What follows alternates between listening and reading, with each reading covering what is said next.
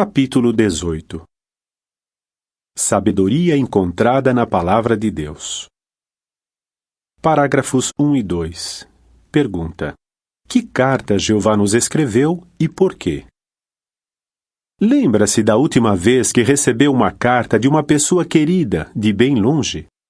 Poucas coisas nos deixam mais contentes do que isso. Ficamos felizes de saber de seu bem-estar, o que tem feito e quais são seus planos. Assim, nos sentimos mais achegados ao remetente da carta, embora fisicamente ele talvez esteja longe. O que, então, poderia nos dar mais prazer do que receber uma mensagem escrita do Deus que amamos? Jeová, em certo sentido, nos escreveu uma carta, sua palavra, a Bíblia. Nela, ele nos conta quem é, o que fez, o que vai fazer e muito mais. Jeová nos deu sua palavra porque deseja que nos acheguemos a ele. Nosso Deus sábio escolheu o melhor método possível para se comunicar conosco. O modo em que a Bíblia foi escrita e o seu conteúdo revelam sabedoria incomparável. Por que uma mensagem escrita? Parágrafo 3. Pergunta: de que modo Jeová transmitiu a lei a Moisés? Alguns se perguntam: por que Jeová não usou um método mais chamativo, como, por exemplo, uma voz ressoando desde o céu para se comunicar com o homem? Para falar a verdade, em algumas ocasiões Jeová se comunicou mesmo desde o céu por meio de representantes angélicos. Fez isso, por exemplo, quando deu a lei a Israel. A voz que ressoou do céu foi assombrosa, tanto que os israelitas apavorados pediram que Jeová não falasse com eles dessa maneira, mas que se comunicasse por meio de Moisés. Assim, a lei, que consistia em uns 600 estatutos, foi ditada a Moisés palavra por palavra. Parágrafo 4. Explique por que a transmissão oral não seria um método confiável de preservar as leis de Deus. Mas o que provavelmente teria acontecido se aquela lei nunca tivesse sido colocada por escrito? Acha que Moisés teria se lembrado de todas as palavras daquele código detalhado e as transmitido com exatidão para o restante da nação? E as gerações posteriores? Teriam de se basear apenas em relatos orais? Esse não seria um método muito confiável de se transmitir as leis de Deus. Possivelmente você já brincou de telefone sem fio, um jogo em que a primeira pessoa de uma fila diz uma frase no ouvido de quem está ao seu lado e assim sucessivamente até chegar ao fim da fila. Quando a última pessoa diz o que entendeu, em geral trata-se de algo bem diferente do original. A lei de Deus não corria o perigo de ser deturpada da mesma maneira. Por quê? Parágrafos 5 e 6. Pergunta: Jeová instruiu Moisés a fazer o que com suas palavras e por que é uma bênção para nós o fato de termos a palavra de Jeová por escrito? Porque, sabiamente, Jeová decidiu que suas palavras fossem escritas. Ele instruiu a Moisés: escreve para ti estas palavras, porque é de acordo com estas palavras que deveras concluo um pacto contigo e com Israel. Êxodo 34, 27. Assim, em 1513 antes da Era Comum, começou o período de escrita da Bíblia. Durante os 1610 anos que se seguiram, Jeová falou em muitas ocasiões e de muitos modos com cerca de 40 humanos que escreveram a Bíblia. Hebreus 1, 1.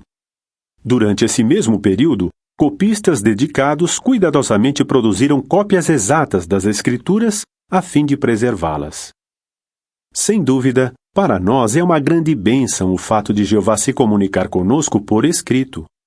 Já recebeu uma carta tão especial, talvez porque o consolou numa hora em que você precisava, que você aguardou e releu vez após vez? Isso se dá com a carta de Jeová para nós. Visto que ele pôs suas palavras por escrito, podemos lê-las regularmente e meditar no que dizem. Podemos ter o consolo das Escrituras sempre que precisamos. Romanos 15, 4. Por que usou escritores humanos? Parágrafo 7. Pergunta: Por que podemos dizer que foi uma expressão da sabedoria de Jeová usar ele humanos para escrever a Bíblia? Numa demonstração de sabedoria, Jeová usou humanos para escrever sua palavra. Imagine, se Jeová tivesse usado anjos para escrever a Bíblia, será que ela seria tão fascinante? É verdade que os anjos poderiam ter descrito a Jeová do ângulo da sua posição privilegiada, expressado sua devoção a ele e contado a história de fiéis servos humanos de Deus. Mas será que nos identificaríamos com o ponto de vista de criaturas espirituais perfeitas, cujo conhecimento, experiência e força são muito superiores aos nossos? Parágrafo 8. Pergunta: até que ponto os escritores bíblicos tiveram permissão de usar suas faculdades mentais? Ao usar homens como escritores, Jeová nos deu exatamente o que precisávamos: um registro inspirado por Deus, mas que ainda assim é profundamente humano. 2 Timóteo 3,16. Como conseguiu essa façanha? Em muitos casos, ele evidentemente permitiu que os escritores usassem suas faculdades mentais para escolher palavras deleitosas e a escrita de palavras corretas de verdade. Eclesiastes 12, 10 e 11. Isso explica a diversidade de estilos encontrados na Bíblia. Os escritos refletem a formação e a personalidade de cada escritor. A nota diz: por exemplo, Davi, que havia sido pastor, empregou exemplos tirados da vida no campo. Mateus, um ex-cobrador de impostos, fez várias referências a números e valores monetários. O médico Lucas usou palavras que refletiam sua formação. Fim da nota. Mas esses homens falaram da parte de Deus conforme eram movidos por Espírito Santo. 2 Pedro 1, 21. De modo que o produto final é, de fato, a palavra de Deus. 1 Tessalonicenses 2, 13. Parágrafos 9 e 10. Pergunta: por que o fato de Deus ter usado escritores humanos faz com que a Bíblia tenha maior impacto emocional sobre nós? Por que a leitura da Bíblia tem um impacto emocional tão forte sobre nós? Porque seus escritores eram homens com sentimentos iguais aos nossos. Sendo imperfeitos, enfrentaram provações e pressões semelhantes às nossas. Em alguns casos, o Espírito de Jeová os inspirou a escrever, na primeira pessoa, sobre seus sentimentos e dificuldades pessoais, algo que nenhum anjo poderia ter feito. Veja o exemplo do rei Davi, de Israel. Depois de cometer vários erros graves, ele compôs um salmo em que abria seu coração, implorando o perdão de Deus. Escreveu: purifica-me mesmo do meu pecado, pois eu mesmo conheço as minhas transgressões e meu pecado está constantemente diante de mim.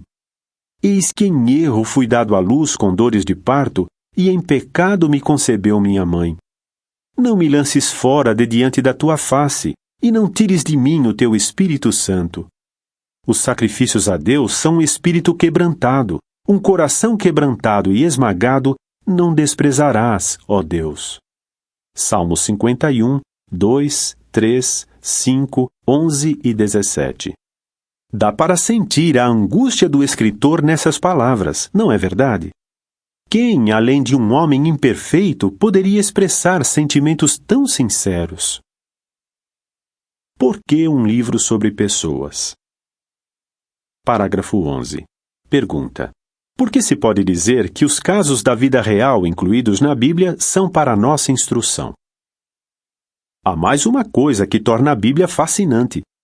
Na maior parte, trata-se de um livro sobre pessoas reais que serviram ou não a Deus.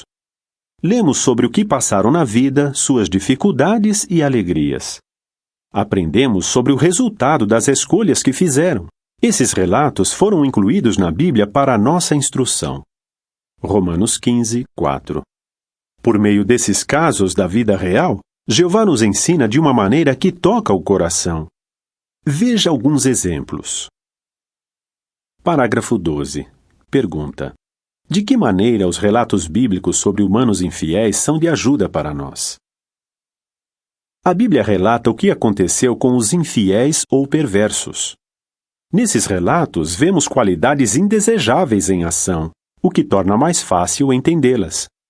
Por exemplo, consegue pensar em uma maneira melhor de condenar a deslealdade do que descrever o exemplo de Judas ao executar sua conspiração traiçoeira contra Jesus?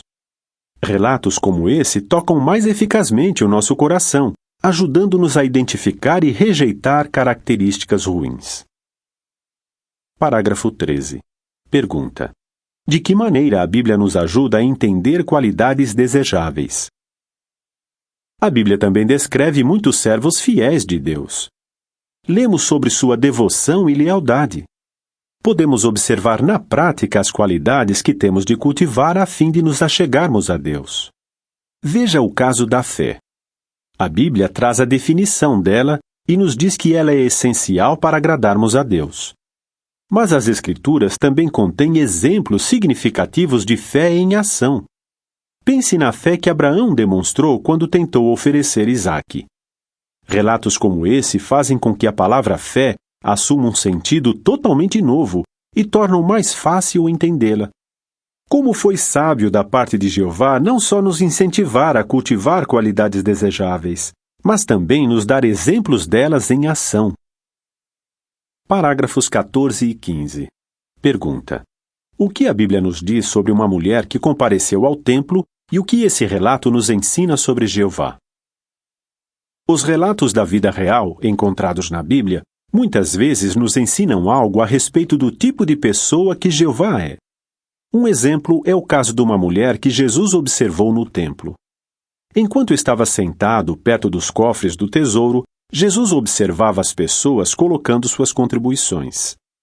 Muitos ricos vinham e davam dos seus excedentes. Mas Jesus se concentrou numa viúva humilde. Sua dádiva foi 2 pequenas moedas de muito pouco valor. A nota diz: cada moeda dessas era um lepton, a menor moeda judaica em circulação naquele tempo. 2 leptons equivaliam a 1,64 avos do salário de um dia.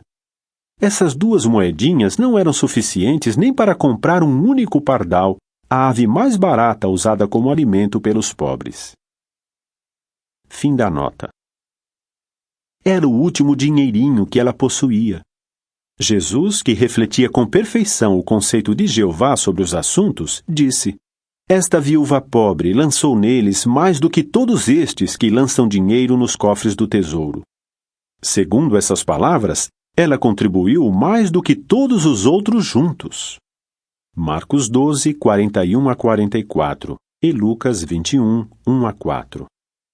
Não é significativo que, de todas as pessoas que compareceram ao templo naquele dia, essa viúva tenha sido escolhida para ser mencionada na Bíblia? Por meio desse exemplo, Jeová nos ensina que Ele é um Deus apreciativo. Ele fica contente de receber nossas dádivas de toda a alma, não importa o valor delas em comparação com o que outros possam dar. Jeová não poderia ter achado uma maneira melhor de nos ensinar essa verdade comovente. O que a Bíblia não contém? Parágrafos 16 e 17. Pergunta: como se pode observar a sabedoria de Jeová até naquilo que ele decidiu não incluir na sua palavra? Quando resolve escrever uma carta para um amigo ou parente, você tem de usar de bom senso e decidir o que vai incluir nela. Ela precisa ter um limite. De modo similar, Jeová decidiu mencionar determinadas pessoas ou acontecimentos na sua palavra. Mas a Bíblia nem sempre dá todos os detalhes desses relatos descritivos. Por exemplo, quando se mencionam os julgamentos de Deus, nem sempre as informações fornecidas na Bíblia são suficientes para responder a todas as perguntas que possamos ter. A sabedoria de Jeová fica evidente até naquilo que ele decidiu não incluir na sua palavra. Como assim? O modo em que a Bíblia foi escrita serve para testar o que temos no coração. Hebreus 4:12 diz: a palavra ou mensagem de Deus é viva e exerce poder, e é mais afiada do que qualquer espada de 2 gumes, e penetra até a divisão da alma e do espírito, e é capaz de discernir os pensamentos e as intenções do coração. A mensagem da Bíblia penetra fundo, revelando nossos verdadeiros raciocínios e motivações. Aqueles que a leem com olho crítico muitas vezes ficam perplexos, porque se deparam com relatos que não contêm todas as informações que os satisfariam. Essas pessoas talvez até questionem se, de fato, Jeová é amoroso, sábio e justo. Parágrafos 18 e 19. Pergunta A. Por que não devemos nos sentir perturbados se determinado relato bíblico levantar questões para as quais não encontramos respostas imediatas? Pergunta B. O que é preciso para entender a palavra de Deus e como isso é uma evidência da grande sabedoria de Jeová? Em contraste, quando estudamos cuidadosamente a Bíblia com coração sincero, passamos a conhecer a Jeová no contexto em que a sua palavra o apresenta. Assim, não ficamos perturbados se determinado relato levanta algumas questões para as quais não encontramos respostas imediatas. Para ilustrar, se estiver montando um grande quebra-cabeça, talvez de início você não consiga encontrar determinada peça ou não entenda como uma peça se encaixa. Mas talvez já tenha juntado peças suficientes para entender qual é a aparência geral do quadro. De modo similar, quando estudamos a Bíblia, pouco a pouco aprendemos sobre o tipo de Deus que Jeová é e formamos um quadro mental dele. Mesmo que, de início, não entendamos certo relato nem percebamos como ele se encaixa na personalidade do Criador, nosso estudo da Bíblia já nos ensinou mais do que o suficiente sobre Jeová para sabermos que ele é um Deus infalivelmente amoroso, imparcial e justo. Assim, para entender a palavra de Deus, devemos lê-la e estudá-la com coração sincero e mente aberta. Não é essa uma evidência da grande sabedoria de Jeová? Homens inteligentes são capazes de escrever livros que somente os sábios e os intelectuais conseguem entender. Mas para escrever um livro que só pode ser entendido por aqueles que têm a correta motivação de coração, é preciso sabedoria divina. Um livro de sabedoria prática. Parágrafo 20. Pergunta: por que somente Jeová pode nos dizer qual é o melhor modo de vida e o que a Bíblia contém que pode nos ajudar? Na sua palavra, Jeová nos ensina qual é o melhor modo de vida. Como nosso Criador, Ele conhece nossas necessidades melhor do que nós mesmos. E as necessidades humanas básicas, incluindo o desejo de ser amado e feliz e de ter relacionamentos bem-sucedidos, ainda são as mesmas. A Bíblia contém muita sabedoria prática que pode nos ajudar a ter uma vida significativa. Cada seção deste livro contém um capítulo que mostra como aplicar o conselho sábio da Bíblia, mas vejamos só um exemplo. Parágrafos 21 a 23. Pergunta: que conselhos sábios nos ajudam a não alimentar a raiva nem guardar ressentimento? Já notou que as pessoas que guardam rancor ou ressentimento muitas vezes acabam magoando a si mesmas? O ressentimento é um fardo muito pesado para se carregar. Quando o nutrimos, ele absorve os pensamentos, tira nossa paz e sufoca a alegria. Estudos científicos indicam que alimentar a raiva pode aumentar o risco de doenças cardíacas e muitas outras doenças crônicas. Bem antes desses estudos científicos, porém, a Bíblia já dizia sabiamente: larga a ira e abandona o furor. Salmo 37:8. Mas como podemos fazer isso? A palavra de Deus dá o seguinte conselho prudente: a perspicácia do homem certamente torna mais vagarosa a sua ira, e é beleza da sua parte passar por alto a transgressão. Provérbios 19:11. Perspicácia é a habilidade de ver abaixo da superfície, de ver além do óbvio. A perspicácia resulta em compreensão porque nos ajuda a discernir por que a outra pessoa falou ou agiu de determinada maneira. Se nos esforçarmos a entender suas verdadeiras motivações, sentimentos e circunstâncias, isso nos ajudará a deixar de lado pensamentos e sentimentos negativos para com ela. A Bíblia traz outro conselho: continuai a suportar-vos uns aos outros e a perdoar-vos uns aos outros liberalmente. Colossenses 3:13. A expressão continuai a suportar-vos uns aos outros indica que se deve ter paciência, tolerando algumas características das outras pessoas que talvez achemos irritantes. Essa longanimidade nos ajudará a evitar guardar rancor por coisinhas sem importância. Perdoar transmite a ideia de cessar de ter ressentimento. Nosso Deus sabe que precisamos perdoar outros quando há base sólida para isso. Não se trata de algo proveitoso apenas para outra pessoa, mas também preserva a nossa própria paz mental e de coração. Quanta sabedoria encontramos na Palavra de Deus! Parágrafo 24. Pergunta: qual é o resultado quando harmonizamos nossa vida com a sabedoria divina? Devido ao seu amor ilimitado, Jeová quis se comunicar conosco. Ele escolheu o melhor método possível: uma carta escrita por homens sob a orientação do Espírito Santo. Em resultado disso, encontramos nas páginas dela a sabedoria do próprio Jeová. Trata-se de sabedoria muito fidedigna. Quando harmonizamos nossa vida com ela e a transmitimos a outros, nos achegamos naturalmente ao nosso Deus sábio. No próximo capítulo, analisaremos outro exemplo notável da sabedoria de Jeová: sua habilidade de prever o futuro e de cumprir seus propósitos. Perguntas para meditação. Provérbios 2, 1-6.